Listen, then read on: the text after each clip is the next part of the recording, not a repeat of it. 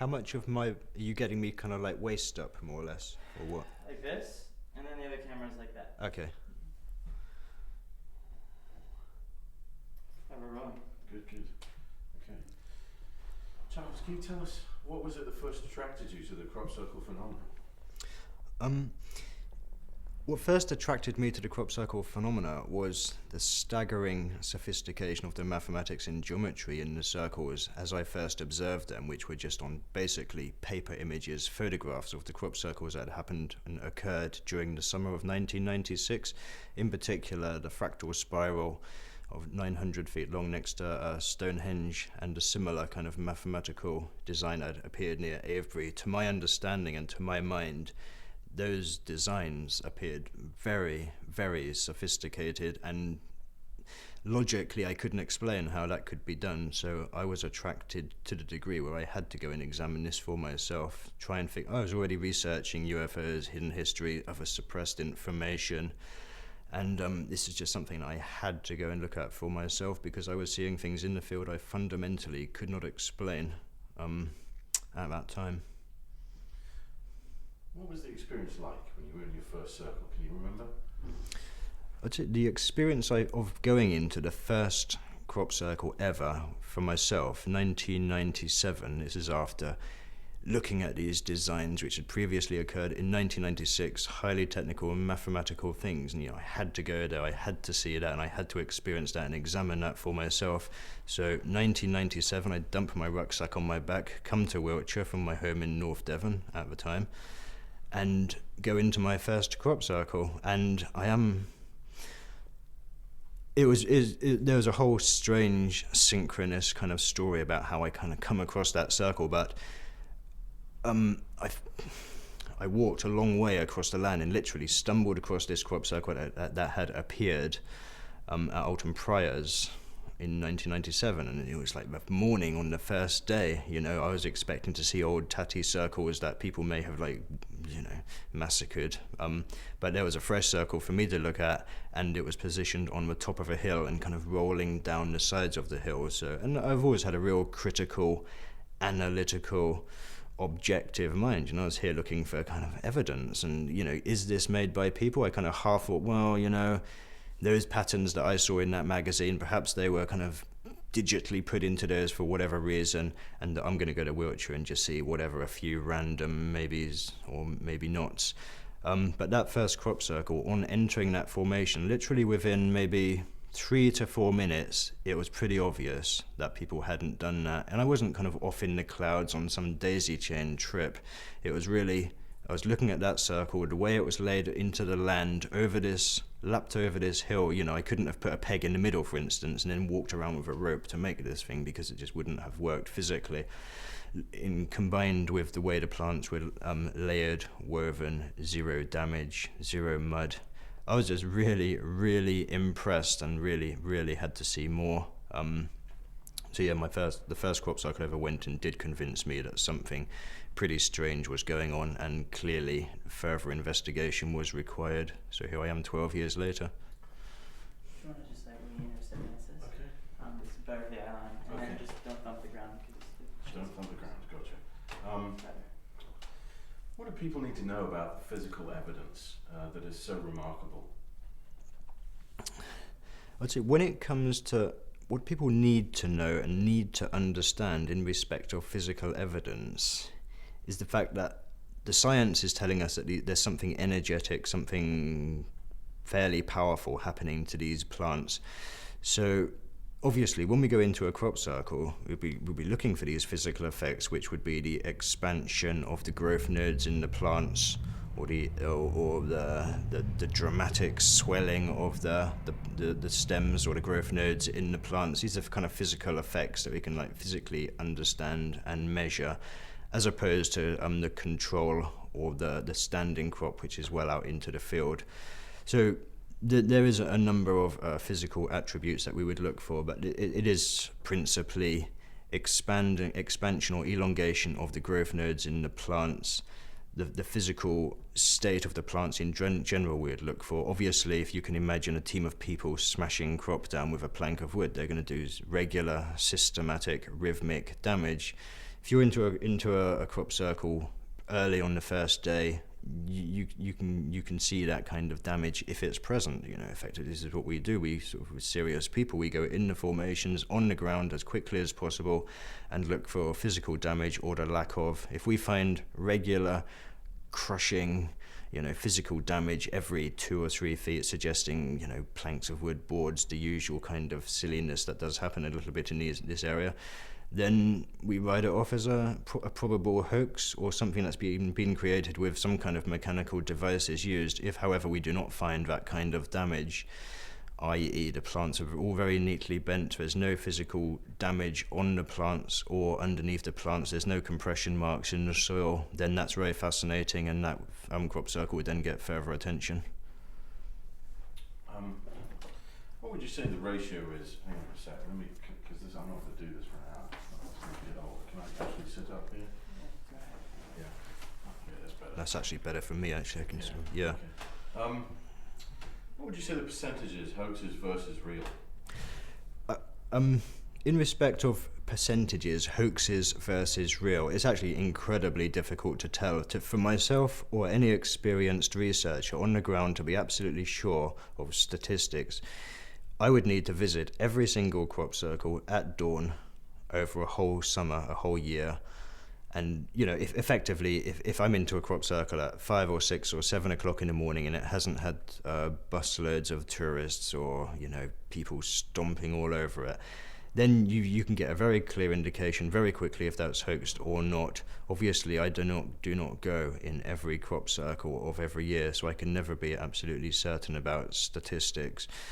My principal area of interest and research is the genuine, paranormal, apparently transcendental phenomena. The hoax thing clearly happens, and it happens, I think, to a different degree every single summer. I don't really know. I'm looking at large handfuls of hoax circles every year, and many large handfuls of genuine circles every year.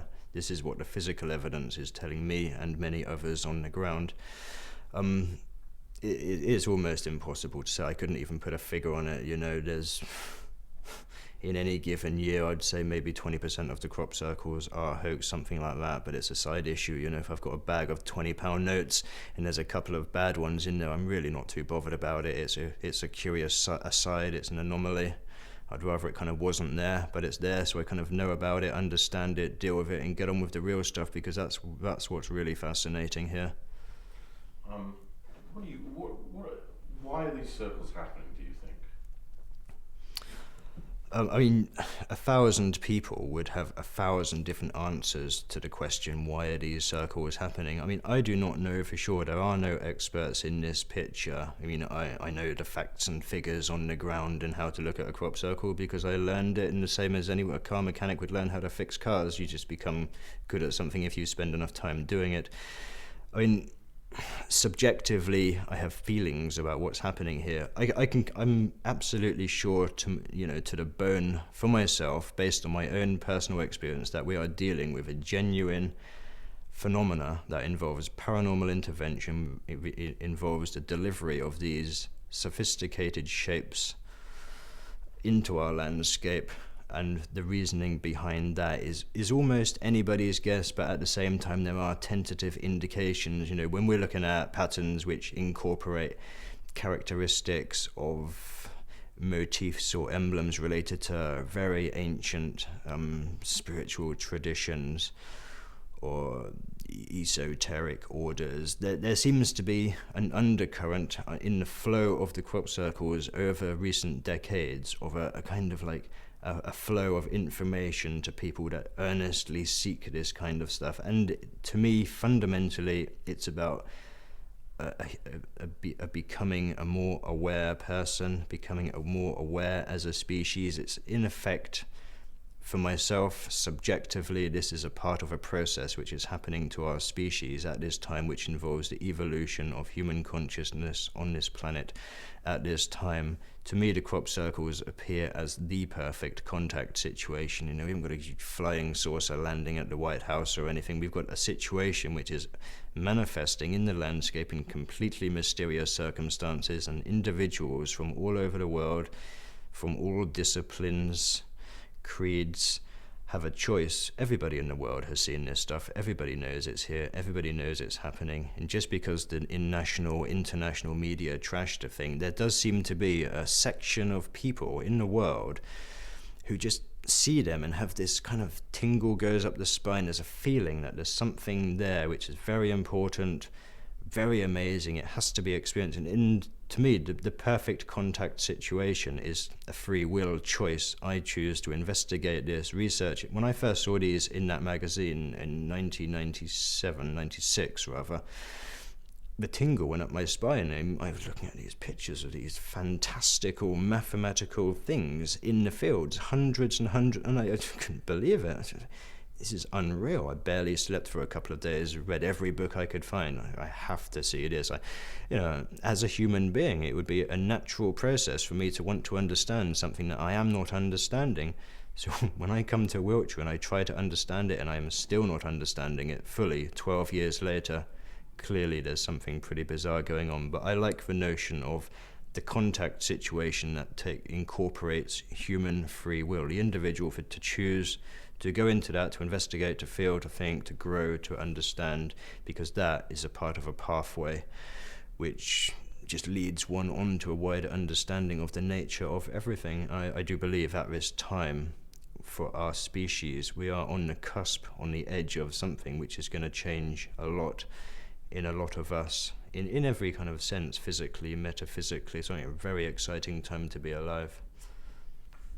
What would you say to people who say, it can all be done by boards, it can all be done with a little planning and enough perseverance?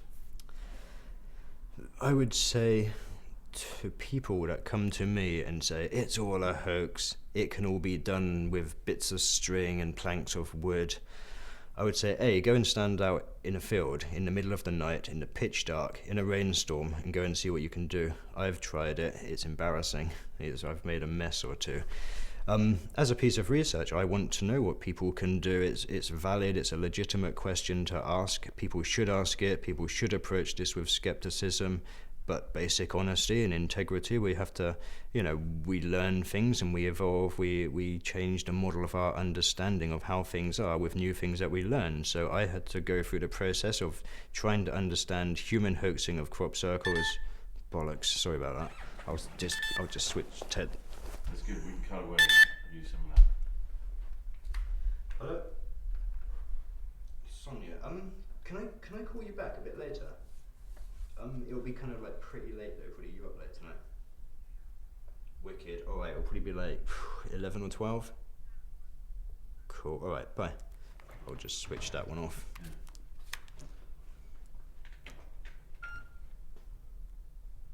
I'd like to do the second half of that question, but you might have just remind me because I forgot what I was banging on about. Yeah, what would you say to people who say this is all done by boards, it's all man-made, you're just being naive? Okay. So, it's hard to pick up that thread again now.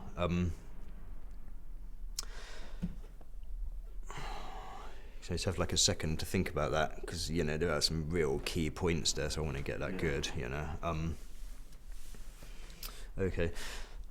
So people that come to me, they say it can all be done by people, planks of wood, bits of string, the thing that we've all seen on television, the whole thing's answered, we can all go home and go back to sleep. For some people that's very comfortable, that's very nice, and it wraps the whole thing up in a nice little box and they can go away and watch TV and spend some money on a credit card.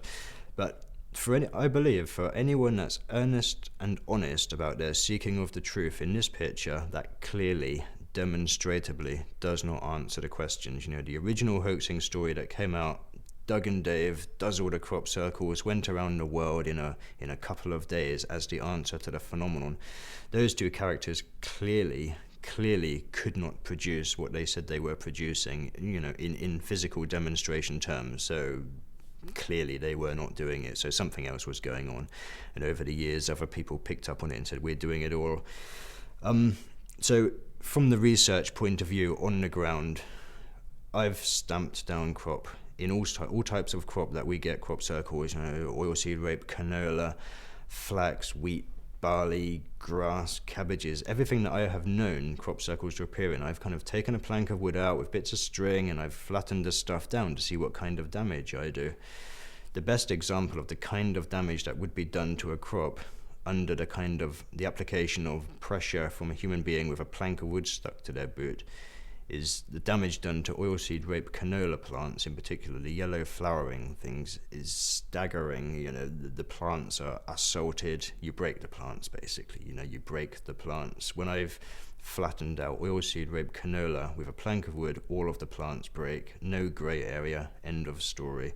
When I go into formations in oilseed rape, as I do every spring, been into maybe a dozen of those this year, where every single plant coming out of the ground, very neat bend and growing horizontally along the ground, no damage, no scraping, no boot prints, impossible to me.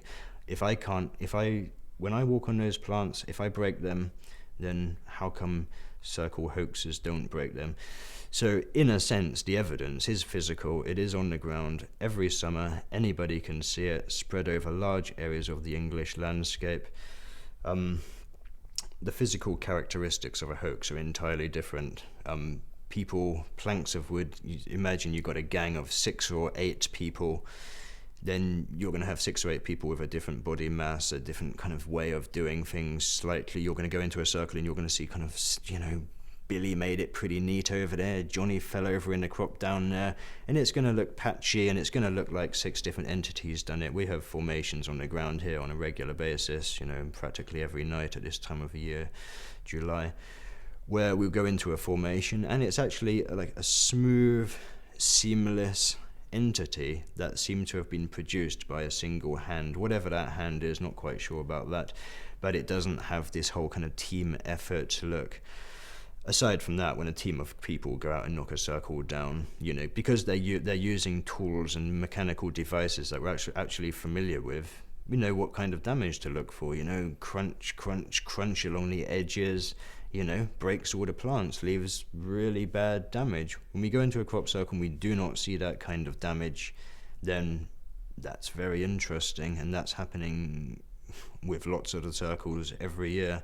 So to a degree, we just have to accept the fact that humans are humans. They're going to go and fake crop circles in the same way that people fake UFO incidences. We have to kind of get used to that, understand it, comprehend it as fully and as physically as possible, set it on one side. That's very interesting, but not that interesting. Now, let's talk about the real, genuine phenomena. That is really interesting. It appears to have qualities that cannot be physically explained.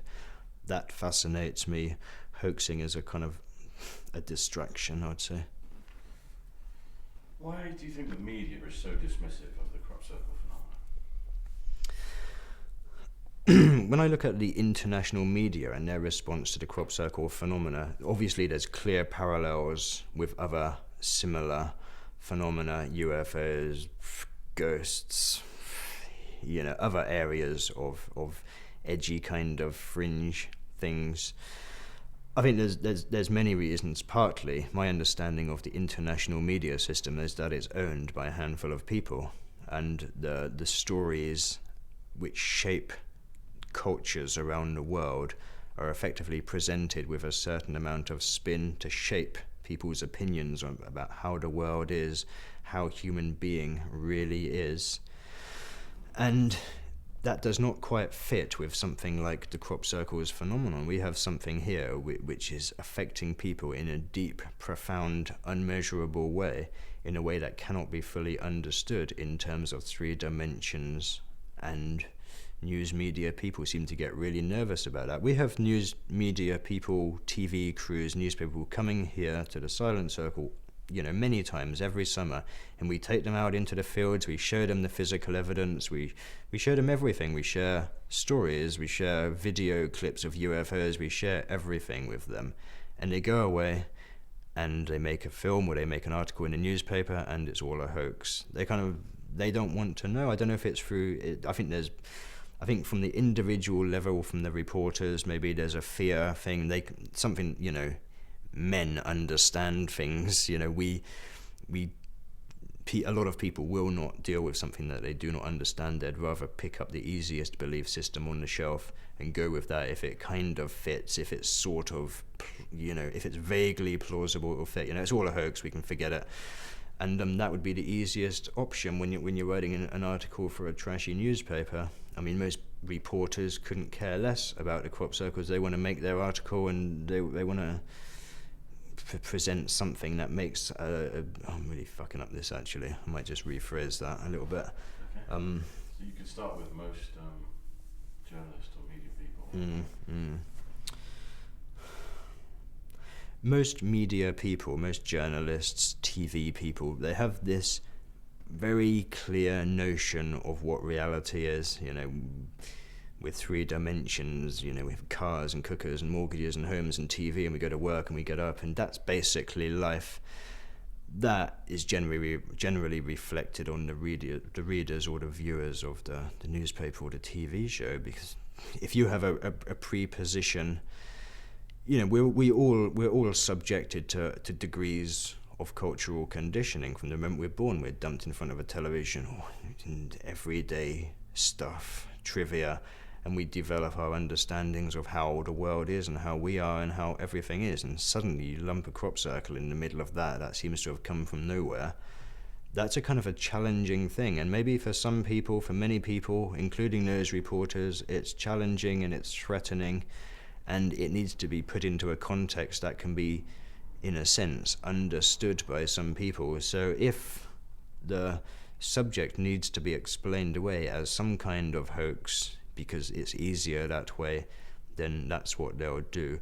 I personally believe that there's more than that going on. I believe that the mainstream media, as we see it, the national newspapers, the national television news programs, etc., the major outlets are effectively controlled by effectively a handful of people that own the international media system. And they do not want things like this out. Crop circles get people thinking for themselves. Crop circles cause this thing to issue from people, which is like a desire, like a deep-seated desire for some kind of truth, some kind of understanding of things, which, as humans, we've been effectively spoon-fed a kind of version of reality that barely hangs together, even if you're not criticizing it. When you start criticizing and researching that version of reality, any honest person would conclude that large areas of human history are kind of fabricated for modern consumption. People that seem to engage with the crop circles or related phenomena, they seem to kind of lose that a bit of that conditioning. And once you start researching and searching for answers, if it's crop circles or UFOs or hidden history, the creation of organized religion, manipulation of our species by massive conglomerate media outlets, there's something else happening there. And I believe that the media outlets of the world, in the Western world in particular, do not want people to understand or to try and understand crop circles, because it frees people's minds, and a free mind is not one that's going to cooperate with a control mechanism that isn't doing anything for the individual. That mechanism wants people to be semi-stupid, wants people to get credit cards and be debt slaves for their whole lives, because that's a good way to control people, keep people in fear. The crop circles are something entirely opposite to that. They enlighten people. It causes people's thought processing to blossom into areas that they would have never considered before. So regardless of where the crop circles are coming, they do have this transcendental experience. They do have a quality that cannot be physically explained. And if I were Mr. Big Brother or Mr. Newspaper owner, I'd be pretty interested in keeping that as down as possible, because I like selling my newspapers and issuing my rip-off credit cards. Very good, Charles. You're getting really good. Let's talk about the possibility that crop circles are describing some kind of ancient technology. Okay. Sorry, one sec. What's Hutch doing out It's good, it's better. This one will be scanned because it's not really my area that much, but Okay. is it ready? Okay. The concept or the notion that the crop circles are describing an ancient technology of sorts, not necessarily a physical technology even maybe, but some kind of technology, some kind of mechanism that we as modern human beings can use to experience other things, is in some ways plausible when we're looking at formations that have been happening over the last 25, 30 years or so. We are seeing designs which have very, very sophisticated mathematics and geometry, stuff that has only been, even in some crop circles like the formation here at Barbary Castle in 1991, this contained, shit, I'm just going to do that a little bit again because I fucked that up. Even with, what was the following word after that? Even with this formation. Okay, yeah. So even with this formation here at Barbary Castle, 1991, in many respects one of the first very sophisticated designs. That formation encoded and incorporated areas of mathematics and geometry that had never been understood before. It had to be effectively decoded by astronomers and pretty sophisticated mathematicians, and it did incorporate understandings in the nature of how things grow and move and shape themselves. Other formations that are in some ways related to that, the fractal spirals, the mathematics, they're talking about effectively growth, physical growth and or metaphysical growth, in the sense that the same structure, the fractal mathematics, is present in every living thing on the earth. It's encoded, I mean, our DNA is effectively incorporating the same high-grade mathematics. Again, really, the notion of knocking this kind of stuff down in fields, to me, is, in some ways, it's kind of, I would say it's impossible. You know, we're talking about really technical stuff. The people that would claim to be doing this kind of stuff under close scrutiny, very close questioning, and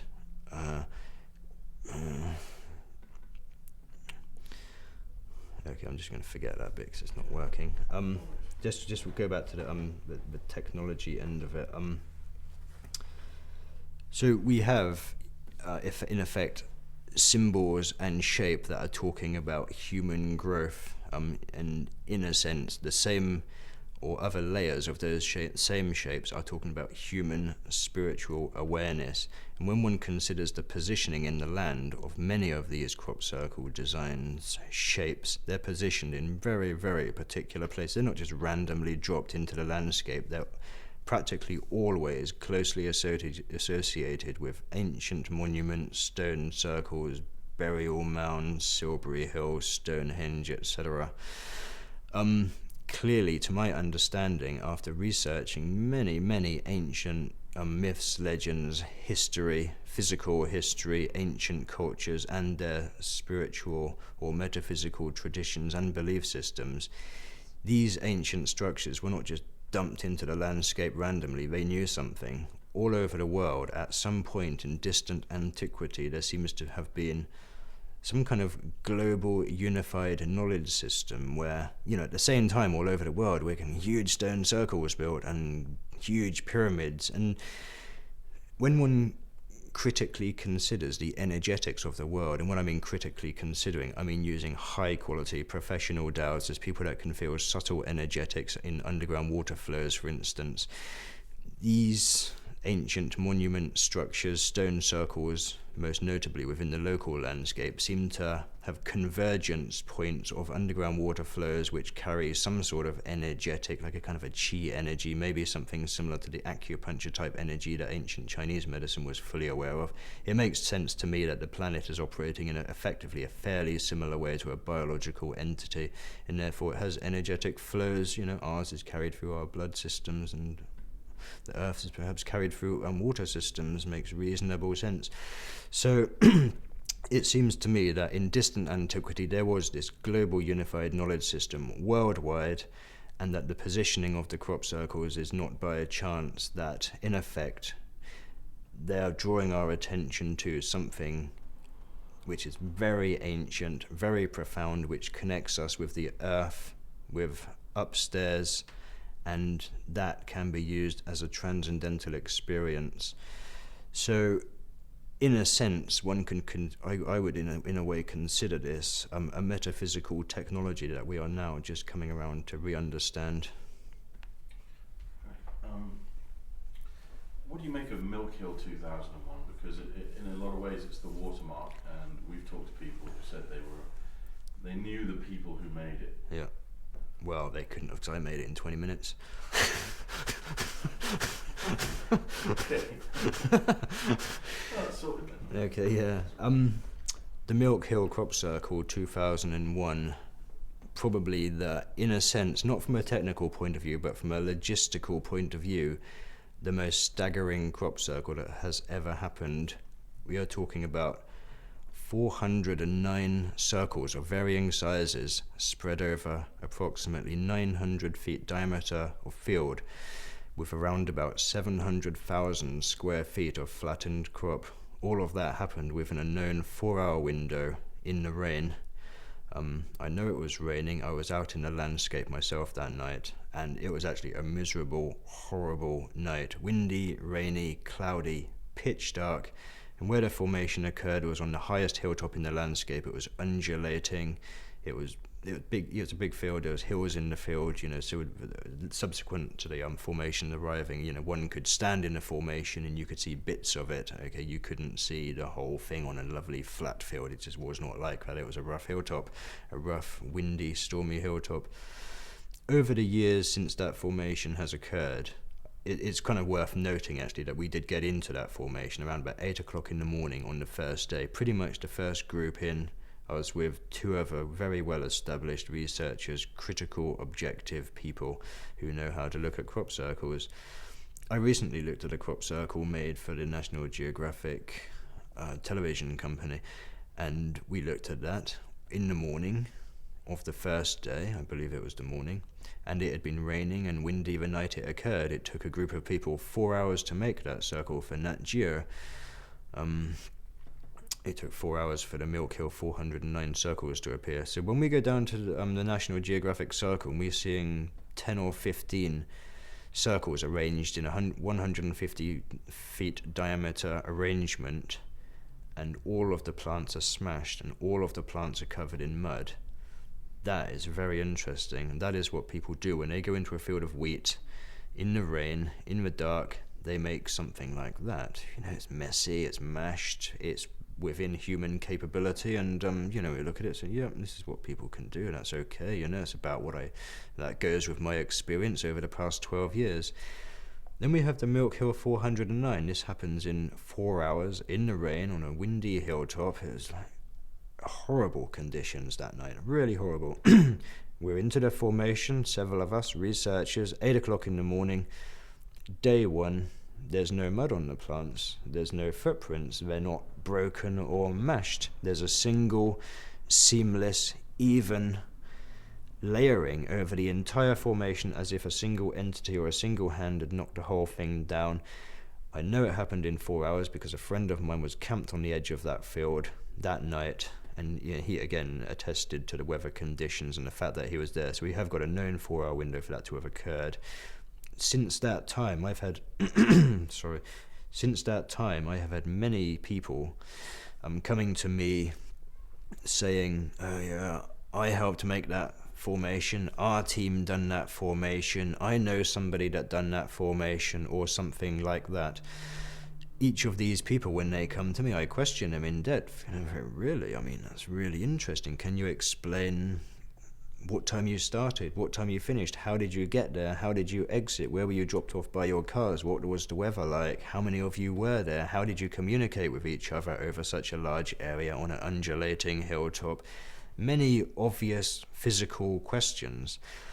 And the really interesting thing was that when maybe 6 or 8 people that I really questioned in depth regarding that formation, who told me they were physically there doing it, gave me completely different stories of how they got there, how they did it, what time they started, what time they finished, what the weather was like.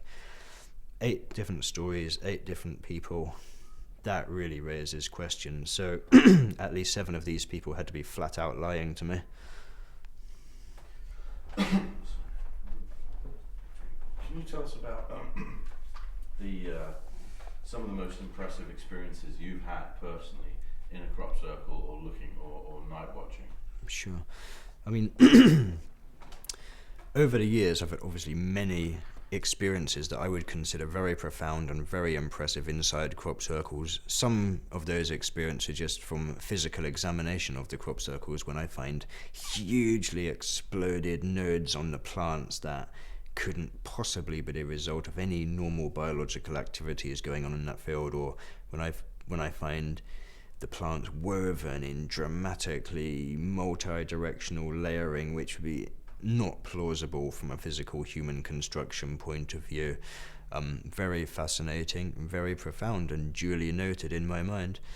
However, there is another set of experience which is effectively derived from sitting out on the hillsides or in fields or in crop circles at night for summers on end. For 3 summers, I used all of my time, a rucksack full of food, and a kind of a tarpaulin sheet and a sleeping bag. I'm gonna investigate this on the ground myself, without talking to people really, without attempting to kind of understand someone else's belief system. I want to investigate this for myself, so I need to get out in the land and sit about in some really bad weather and see what happens.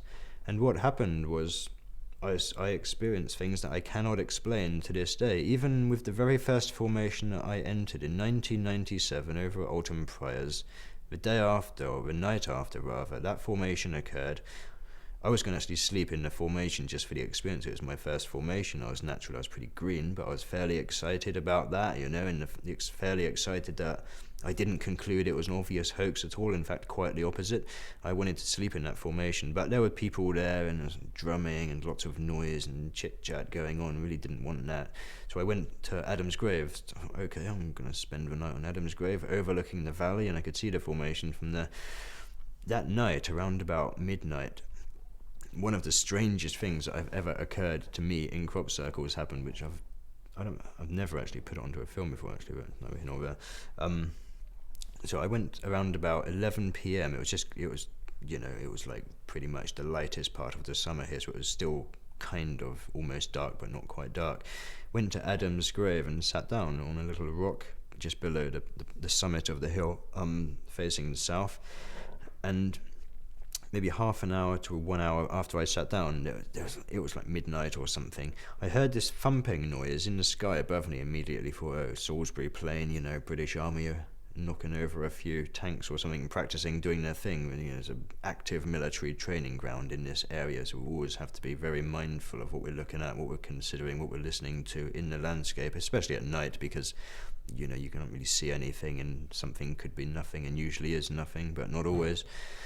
But around about midnight, there was this strange thumping noise came from like in the sky directly above me, and I could just perceive that. What's that? There was something in the sky above me. I didn't know what at all, and it was like just a loud kind of thump, almost like one of those heavy guns that you do hear going off on Salisbury Plain. At that point didn't really pay that much attention to it, because it was just a big thump, and then it stopped. A few moments later, there was another thump, and it was louder, and over the course of about maybe 3 to 5 minutes, this thumping got louder and louder and closer together. So it was like thump, thump, thump, thump. My perception was that whatever it was making this noise was coming from directly above and was coming straight down, and that's why, to me, audibly, it was louder and louder and louder. And it got to the point where I kind of stood up and I thought, this is unreal, I know I'm out here to experience weird things, but this was really weird. So, I just stood up and I was like kind of wowed out and a bit kind of really amazed at kind of this weird noise that I'm hearing. I couldn't understand it. And eventually, whatever it was, there wasn't, I was looking up and there was kind of like nothing to see, and it was like dark, and there were people. I could hear people sort of chatting across the valley, it's a dead still, very quiet night, so there was a good audio kind of capability just with physical hearing across the landscape.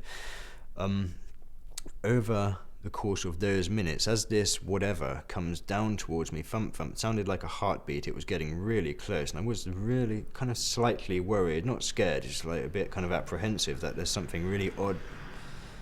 Just slightly apprehensive that there was something really kind of slightly odd going on here. And it got to the point, as I was standing there, whatever it was, come down right in front of me, and I don't know what it was. It was just to my kind of subjective perception, there was like an orb of something in front of me and close.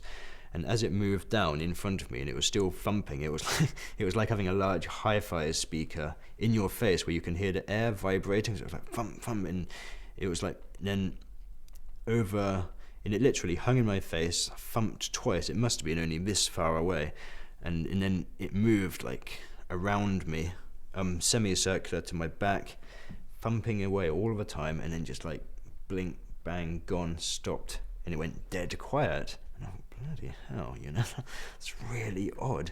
And the really strange thing was, after a kind of an experience like that, which to me was really, to this day, we're talking like 12 years later, I cannot explain that. I've sat on Adam's grave many times. I've heard military guns being fired and I've heard helicopters and this and that. It wasn't any of that for sure. Anyway, the thing vibrating, powerfully vibrating the air into my face, moves right around me, stops dead, bang, quiet. I sit down and just fall asleep. Literally, where I'm standing, I sit down, fall asleep, wake up the next morning, thinking, God, did that happen? And I went over to the formation the next day, across into the Southfield at Alton Priors, because the same people were in there who were having their little party in the crop circle. And, I just kind of casually said, did anyone hear anything weird at all last night? Or anyone see anything up on Adam's grave? And no one heard anything. But to me, that was like really something loud. So that was kind of, in a sense, one pretty interesting experience. Another time, once or twice I'd bring a tent if the weather was likely to be bad. And another time, over 3 summers, we got soaked a lot. It got really rained on, really dumped on. And most of the time, nothing ever happened. So I wouldn't be wanting to give the impression that anyone's going to go out there and experience deeply weird things. Half a dozen experiences over 3 summers of sleeping every single night. But another really very curious event was in it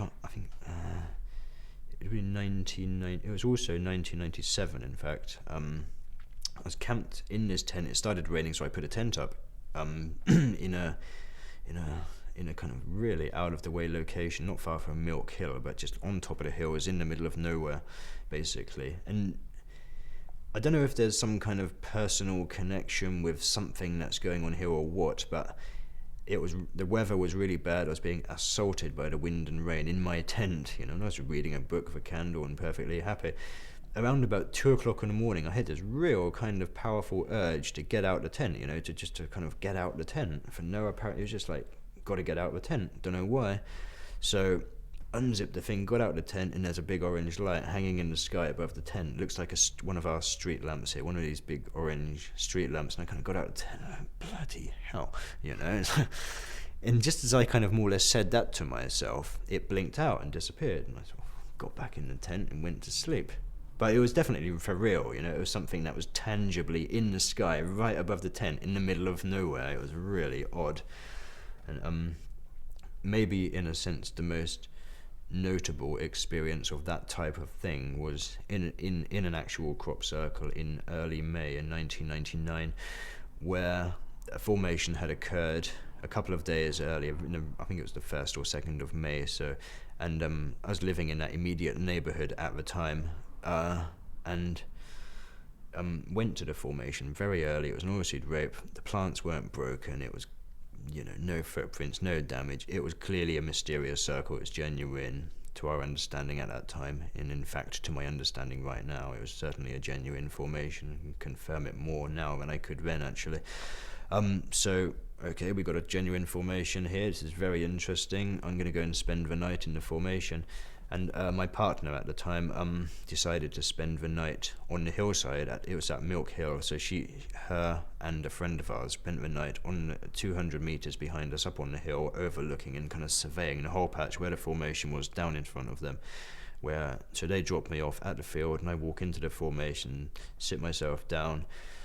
the girls get onto the hill behind, and we're kind of set up for the night effectively. Got a nice camera strapped around my neck, ready to go. And it actually felt, those oilseed rape or canola plants, they were really big. They were kind of over my head. The plants we see now these days, it's kind of shorter in a way because it's modified, because all they need is the tops of the plants, the seeds. But it was like over 6 feet high, the plant. So once you walk into one of those fields at night, you couldn't really realistically leave the scene, even if you wanted to, because you would get lost in the field and walk in circles all night. It would be like a real Alice in Wonderland trip. So I sat myself down in the formation, at the top end of the formation, closest to the white horse. The wind was whipping downwards, so, get out of the wind and just relax, basically. Around about midnight, and I'm not particularly clear on the timing here, but around about midnight, maybe just a bit earlier, there was a really, I've kind of explained this a couple of times in other films, but never in proper detail. Around about midnight, there was some, typically to my physical perception, it was pretty clear moonlit night. It was nice. It wasn't too cold. It was pleasant. Around about midnight-ish, there was an occurrence happening. Something happened, and I'm not quite sure what, where I could hear, up until that point, animals in the field, mice running around, traffic on the Alton Barnes Road in front of me, which was maybe half a mile, a bit less out, but I could clearly, the cars, it was so quiet, I could even hear my wife and her friend talking to me up on a hill 200 or 300 meters behind me. Mice in the crop, all the ambient countryside sounds that occur in any field at night. At around about midnight, suddenly everything went quiet, and it was like this whole kind of like envelope of something moved down over the formation, or at least over the part of the formation I was in, and it was like, God, this is really weird. Just a really weird feeling. Couldn't see anything, couldn't really perceive anything apart from, this feels really weird. I can't hear the cars anymore, or the people up on the hill, or I can't hear the mice and rabbits in the crop and whatever. It's odd, really odd. After about 30 seconds or maybe a minute of that, directly in front of me and behind a kind of like a standing wall of chunk of crop, which was in the center of this one particular element of the circle, so like thick stems, pretty well spaced out there, so you could see through them. Right there in front of me, and maybe 10 to 12 meters away, this large orb of light, about as big as a large kind of beach ball, hefty kind of thing, just like appeared like there, right in front of me, just behind this standing piece of crop, leaving all of the standing stems in a kind of a silhouette. Wow, that is unreal. I was like fully kind of cognitively aware at the time. It's like, God, I was able to kind of, and it just hung there, just above the ground. Not at all possible that it was anything, a torch or a person, anything like that. No way. Just the fact that this was 6 foot high oilseed rape plants, there was really no tram lines effectively. Anybody or anything coming into that crop would have made one hell of a mess, a hell of a noise, and I would have been aware of them with, at least 100 meters away. So this thing, whatever it is, manifests itself right in front of me, hangs just above the ground for quite a long time. When I say a long time, a minute or so at least. It doesn't seem to have any kind of solidity really to it. It's almost like one of these soap bubbles that you would blow, and shimmering orange. Can't really explain that. It was just a curious thing to say the least, but there was color. It did illuminate the ground and the plants around it to a small localized degree. After about 1 minute of literally that hanging there, didn't perceive any kind of communication, nothing. It was really a very objective, kind of in a way a bit of a letdown experience, because I was able to kind of actually just shift my position slightly to look around the standing stem, so I could just get a better look. Yes, it's definitely there, definitely 2 feet diameter maybe, just above the ground. And after a minute or so, the thing just disappeared, and it literally sort of like faded out to nothing.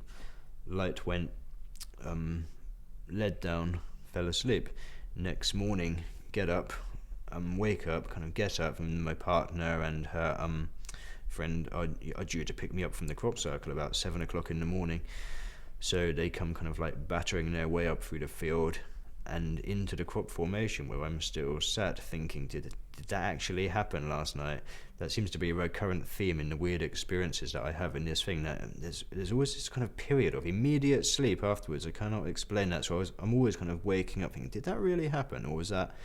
But on this particular occasion, my partner come into the field, battered her way into the formation, and before I said anything, she said, "You're not going to believe what we saw last night." And what she described as seeing was an orange orb, ball, spherical object of some type, skipping across the top of the crop from the north to the south towards me, coming right at the formation, and it dipped down into the end of the crop circle where they lost sight of it, and I guess that's when I picked it up. So there was certainly an independent confirmation that there was something pretty curious going on in that field that night. As you look into the future, where do you see this phenomenon taking us? If I track, in a sense, the history of the phenomena in terms of evolution of design and concept, and I would say this phenomena is going to take us into an entirely new understanding of the nature of being human and the nature of our position within everything that we understand and don't understand, or at least it's a part of that process. To my understanding, after researching many areas of crop circles, UFOs, metaphysical elements, ancient history, there's clearly a point in human history where things are going to change. Things do not just stay the same. In effect, to my understanding, we've been held back for at least a couple of thousand years by systems that have been designed specifically to hold us down and to control the world, because certain people like having power over other people. The individual power of the individual person, I believe, is now coming to the fore, and you can actually see that manifesting itself in individual peoples who get involved in attempting to understand or researching the crop circles phenomena.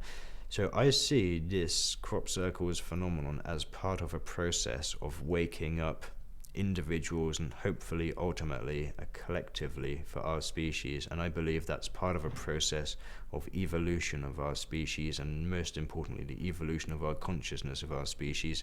It's kind of like we're behaving in effect as a collective, like a big adolescent child, it's like kicking about, messing the place up, causing a right storm with no real understanding of anything. It seems that, to my understanding, we're just moving out of that phase right now, and we're moving into a new comprehensive understanding where broad spectrum reality will suddenly make sense, and all of the old systems of control will naturally fall away as these perhaps changes occur. There's when we kind of take into account the crop circles that have been happening relative to very ancient calendar systems, the Mayan long count calendar in particular, this is a huge cycles of time that these very ancient peoples seem to have a good...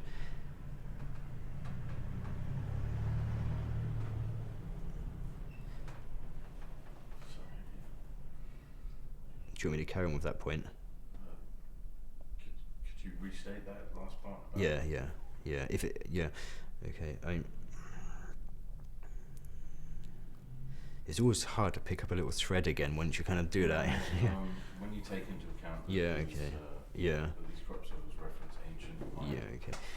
So when you take into account that there have been many crop circles over very recent years that seem to be referencing the very ancient calendar system of the Mayan people, or at least a calendar that the Mayan people inherited from the Olmec, Toltec, earlier civilizations. No one actually knows where these systems of measurement have actually come from, but clearly modern crop circles have demonstrated that the end of this particular calendar system, a calendar system that runs itself over a 25,920 year cycle, ends in the next couple of years, December 21st, 2012.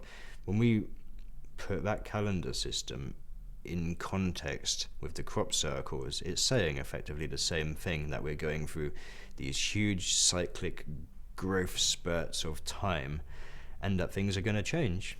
And things are changing. You know, the loss of faith in the systems is unprecedented right now. You know, I know barely nobody that believes what they're seeing on TV, reading in the newspapers, and this is causing people to seek other answers in other areas. We don't need church, we don't need spoon-fed reality or newspapers, you know. I mean, they're good for being kept fully misinformed by it, you know, maybe, but in reality, you know, a genuine human experience is something that a genuine human can take without being spoon-fed answers about anything. So anybody can go out here in these crop circles and experience something that they're never going to get by reading a book about them or watching a film about them. They have to really experience it directly, because there seems to be some kind of energetic interaction or process that takes place with the individual person. And when we look at the importance, the potential importance of what's happening here, especially in reference to systems like the Mayan calendar counting system, then it is saying that we are about to do something. We're about to wake up, we're about to move on, that the old system will fail. We can see it all around us. You know, economics are falling apart, you know, banking systems are wrecked. Nobody has any faith in these systems. We need a new model, and a new model has to encompass a much broader and comprehensive understanding of being human. You know, we need to fully take up our place in this picture. We need to take responsibility for our own actions. That was really good. I'd like to rattle on a little bit about the military involvement if you want, if you're interested, because I mean they've I've seen some pretty far out stuff. There's black choppers and all that stuff. Okay, well, You know. I'll ask you. We've talked to Nick Pope and we've talked to others. Yep. We get varying stories here, but what is the level of military involvement? Are they interested at all? Because they seem to pass it off as we don't care anymore. Sure. And the official line from the British government or the British military or the police is that the crop circles are criminal damage, end of story. You know, see the police, but they'll never do anything. But effectively, you know, if you call up the British Ministry of Defence or any government departments, they'll say it's nothing to do with us. It's just a bit of criminal damage. Forget it. Go and report it to the police. My 12 years of experience or on-the-ground research in crop circles clearly demonstrates that there's an element of the system, the British government, the Ministry of Defence. There's an element within that area which is paying attention to the crop circles. I believe that they know that there are elements of the crop circles phenomenon which is very genuine, which they cannot fully understand, or maybe they can, but they're just not telling us. And that they're physically paying attention to crop circles as they occur. I've been in many situations over the years where I've gone to brand new crop circles early on day one. They're not on the internet, they're not publicized. I've received a phone call from someone that spotted it on their way to work or whatever. And I've got there, and military helicopters have shown up, and they're not just like regular army camouflaged helicopters. These are matte black helicopters with no markings on. Incidentally, any aircraft flying in this country with no markings on would be considered illegal. Should we wait for that a minute?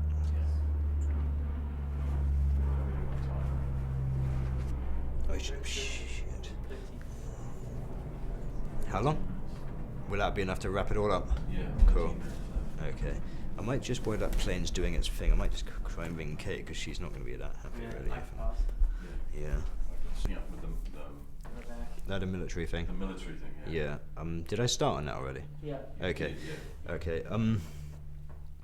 Yeah. So, on a number of occasions, there has been clearly demonstrated episodes where these black, unmarked, Apache-style, souped-up gunships with gadgets and pods and devices hanging off them have been paying very close attention to the crop circles. And I don't just mean flying past. I've been in crop circles day one in the morning before they show up on the net. Military helicopters, these black Apache-style ships, flying to the formation, spending time very low, directly over them, hovering or circling as if they're photographing, and then flying back the way they came. To me, that suggests they're interested. They're not just flying past or using it as a reference point in a landscape, which they do sometimes. But, you know, when someone's paying attention to something in a helicopter, you can tell that they're paying attention to it. It's pretty obvious when you're there on the ground. And when it's 50 feet over your head, it's really obvious. So that's very interesting. We've also seen those similar types of military helicopters chasing orbs of light, spheres of light around fields.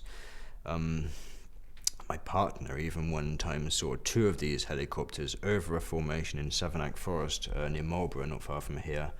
One of the helicopters sat right on top of the formation, about 100 feet above it, with some kind of orb of light underneath the helicopter, and it was like 15 feet diameter, and the helicopter just sat right on top of it, with another one sat offset but pretty close by. There seemed to be some sort of interaction in that particular case, but I wasn't there.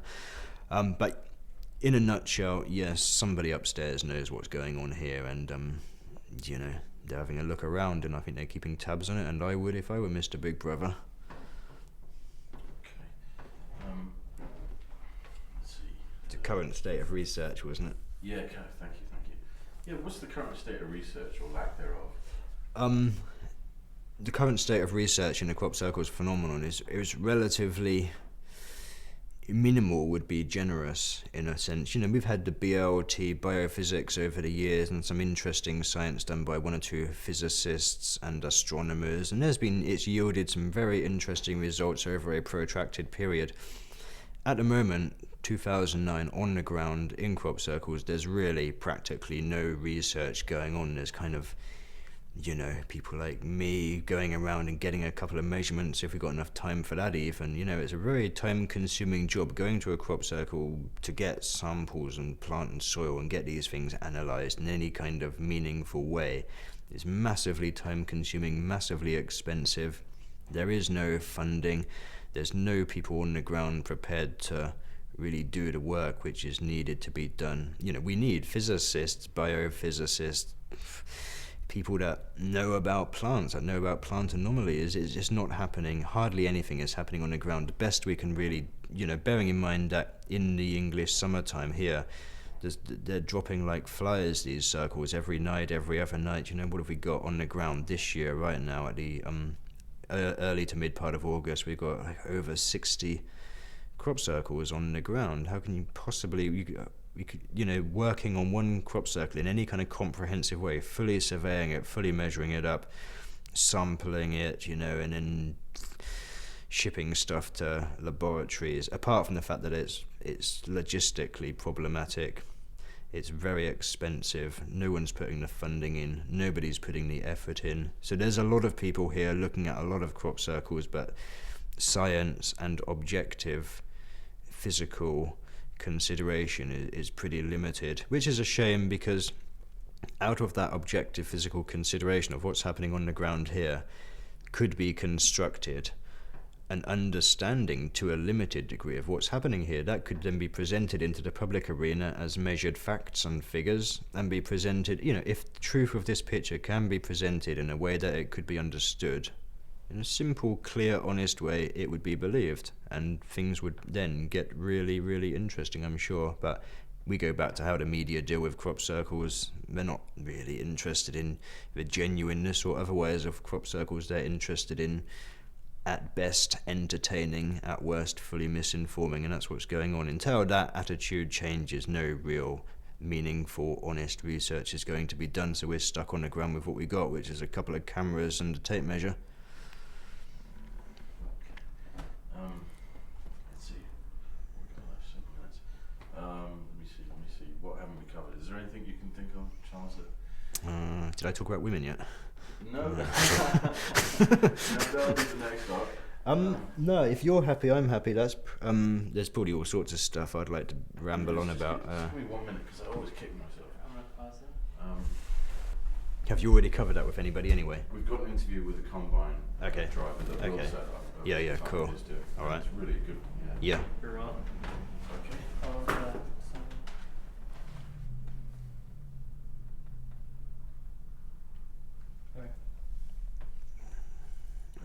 am I ready? Okay. What was I going on about? Oh yeah, broken tractors and things.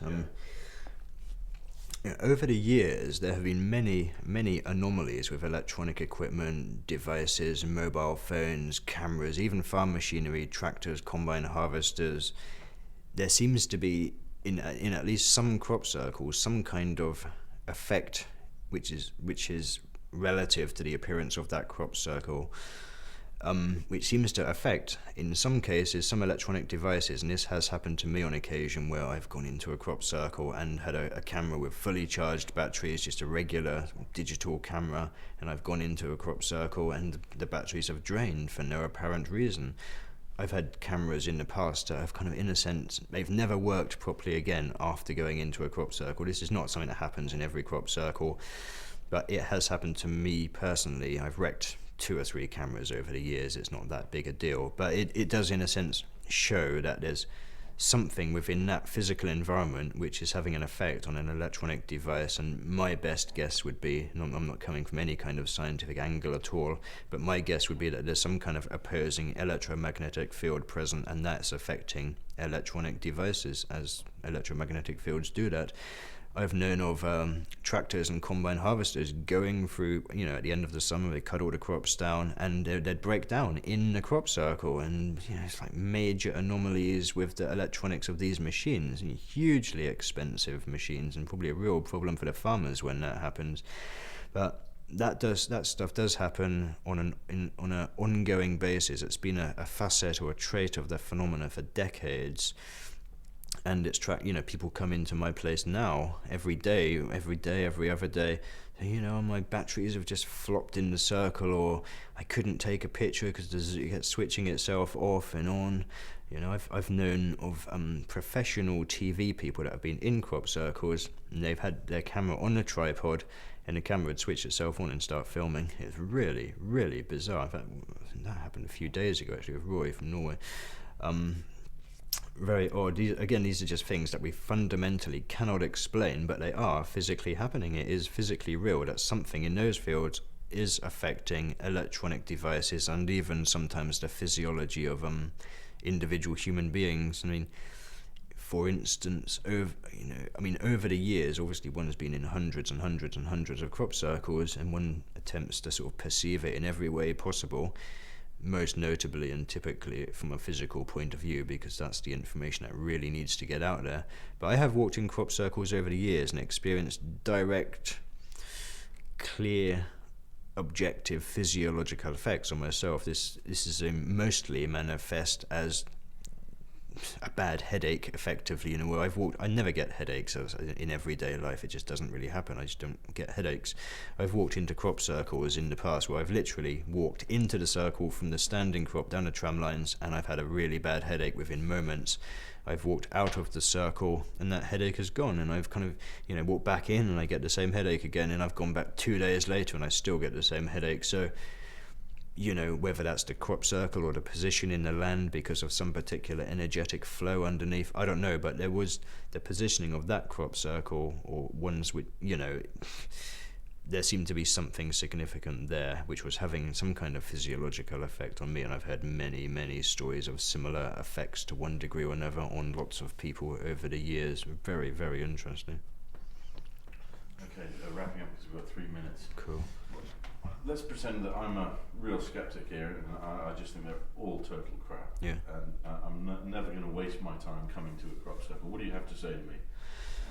Well, skepticism is very reasonable. I was really skeptical with an open mind when I started looking at this stuff, and I advise people that come into my place, everybody, be skeptical, consider it, look at it, scratch around in the dirt, look for damage, look for everything, question everything. We have to literally question everything, because I don't really believe anything that I'm actually told unless I experience it for myself.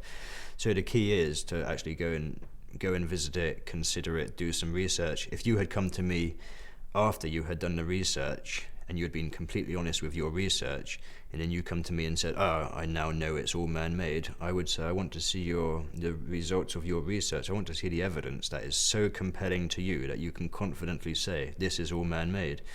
And many people do come to me with that. They come to me, I know this is all man-made, I saw it on TV, I know some people that go and knock the circles down, there's nothing to see, there's nothing to experience, go home. And when I say to these people, I need to see your research, I've been looking at this for 12 years, I want to see your research, I want to see what is causing you to be so convinced, I want to see the evidence that is so compelling that you're telling me without any doubt whatsoever this is man-made. And it always, and I mean always, turns out that these people have never visited a crop circle, they haven't done any research, they've developed a subjective opinion based on a TV show that they saw one time. So I would say that's fucking bollocks. That's it. We literally just ran out. Cool. That was outstanding. Wicked. Thank you very much.